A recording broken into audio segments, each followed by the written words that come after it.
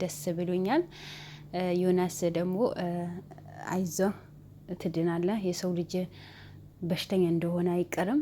የሰው ልጅ ደግሞ ጤነኛ ሆኖ አይኖርም። ህመም እንዳለ መዳንም አለ። የሰው ልጅ ደግሞ እንደታመመ ደግሞ አይሞትም። ትድናለህ ኢንሻአላህ።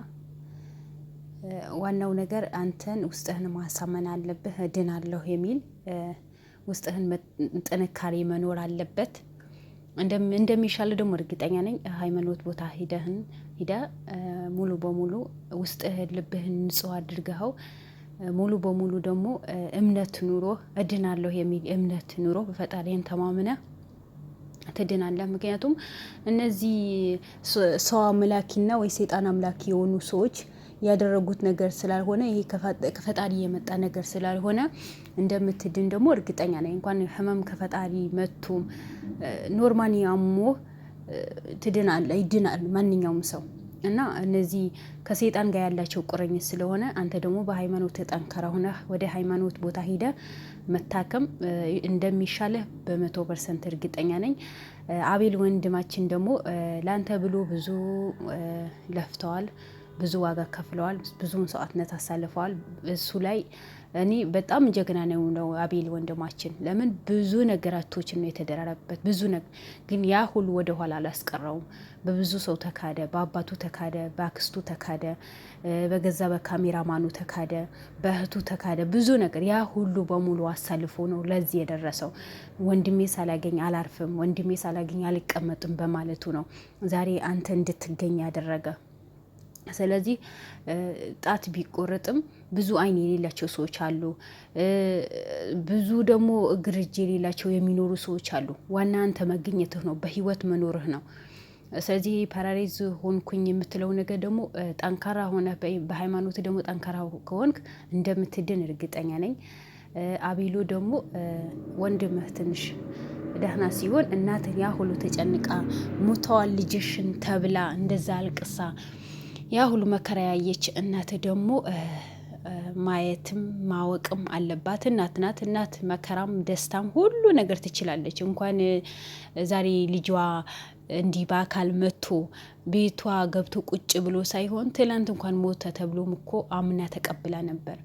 ምክንያቱም ሁሉ ነገር ከመጣ በኋላ ደግሞ ግድ ሰብር ማድረግ መታገስ የመሰለ ነገር ስለሌለ ማለት ነው። እና አቤሎ በተቻለ አቅም እናት ማወቅ አለባት። በቃ ልጇን ማየት አለባት። ምክንያቱም ሞተ ተብላ እኮ ትዕግስት አድርጋ ኑራ ነበር።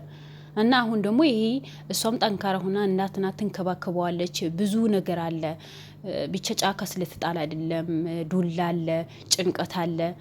ያ ነገሮታችን ደግሞ እናንተ ከጎኑ ሆናችሁ ስታበረታቱ ስትንከባከቡት እንደሚሻለው እርግጠኛ ነኝ። ስለዚህ እናትህ ማወቅ አለባት የሚል ሀሳብ አለኝ እኔ። ትወቅ በቃ። ትላንትም ሞተ ተብሎ ሰማች፣ አወቀች፣ ታግሳ የኖረች ነበረ። ግን አሁን የበለጠ ደስ ይላታል እንጂ በዚህ ጉዳይ ላይ ምንም ውስጧ ይሰበራል። ቢሰበርም ያው ትችለዋለች፣ እናት ናት። እና ሰው እንደዚህ አይነት አረመኔ አይነት ሰው እኔ ያለ ብዬ አይደለም ነበረ። ግን እድሜ ለእናንተ ሀገራችን ላይ ያላየነው የለም ያልሰማነው የለም ያላየነው እንጂ ብለዋል ዘላለም ዘገየ። ብዙ ነገር እናያለን በእናንተ በጀግኖቻችን ኢትዮጵያ ላይ ብዙ የሚከሰቱ ዘግናኝ የሆኑ ነገሮችን ነው የምንሰማው የምናየው። የአቤል ወንድም እንደተናገረ በቃ ሰው እንደ ከብት ይታረዳል ነው ያለው። ሰው እንደ ከብት እንኳን ለሰው ለእንስሳ የማይመኝ ነገር ነው ይሄ እንዳስቻለው ምናምን የሚያደርጉት ነገር። ያ ሁሉ ፊትና ያ ሁሉ ስቃይ እንኳን ከብቶችን ሲታረዱ ጊዜ እኛ ውስጣችን ምን ያክል ነው የምንጨነቀው። ግን እነሱ የሰው ልጅ ምንም ሳይመስላቸው በዛ ጭንቀት ያለፈ ልጅ ነው። እና አንተም ታግሰህ ሰብርን አድርገህ ወንድምን መንከባከብ አለብህ።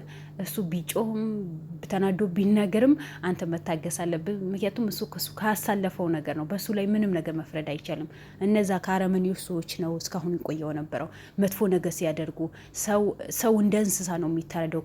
እንኳን የእንስሳ ሲታረድ ይዘገናል። እነሱ ሰው ሲያርዱ ምንም አይመስላቸውም ነው ያለው። ምንም እና ከነዛ አይነት ሰዎች ቆይቶ አይቶ ነው የወጣው።